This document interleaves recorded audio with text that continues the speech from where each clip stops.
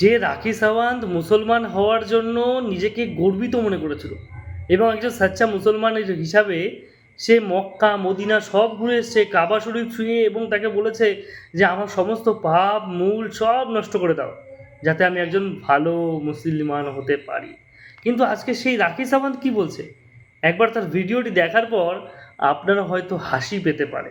একবার দেখুন না अपना ভিডিওটি। धर्म परिवर्तन करके मैं इनके लिए मुस्लिम बनी। इन्होंने निकाह बोला, मैंने किया। আচ্ছা আচ্ছা पहले मैंने बोला था सिर्फ और अच्छा सिर्फ हम कोर्ट मैरिज करेंगे, बट इन्होंने कहा कि नहीं, मैं मुस्लिम हूँ, मैं तो सिर्फ निकाह को ही मानता हूँ।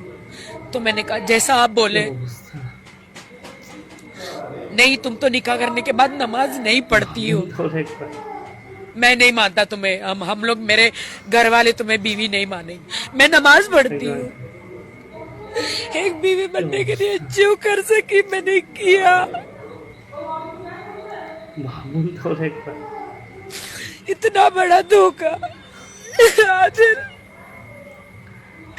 দেখলেন তো ভিডিওটি, এবং ভিডিওটি দেখার পর আপনার কী মনে হচ্ছে যে এই রাখি সাওয়ান্ত যে কিনা হিন্দু ধর্ম ত্যাগ করে ইসলাম ধর্ম গ্রহণ করলো এবং সে এত গর্বিত বোধ করলো এবং শেষ পর্যন্ত সেই ধর্মের নামেই এত কথা এত কুচ্ছা রটাচ্ছে, তাহলে কী লাভ হলো?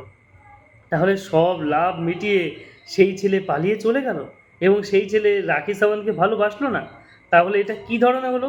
এবং যখন তাকে লাভ জিহাদ নিয়ে প্রশ্ন করা হয়েছিল, সে বলছে ऐसा कुछ भी नहीं है, মানে এই ধরনের কোনো কিছু নেই, লাভ জিহাদ বলে কিছু নেই, আমি সচ্চা মুসলমান হয়েছি, আমি নিজে ইচ্ছাকৃতভাবে মুসলমান হয়েছি, তাই আমার এখানে কোনো কথা বলবেন না, আপনারা কোনো তর্ক বিতর্ক করবেন না, লাভ জিহাদ নিয়ে কোনো কথা বলবেন না। আজকে সেই রাখি সাওয়ান্ত এই কথাগুলি বলছে, একবার ভেবে দেখেছেন?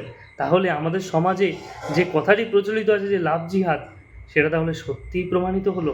এবার রাখি সাওয়ান্ত কি হাড়ে হাড়ে সেটা টের পাবে? অবশ্যই আপনিও কমেন্টে জানান আপনার মতামত। ভালো থাকবেন, ধন্যবাদ।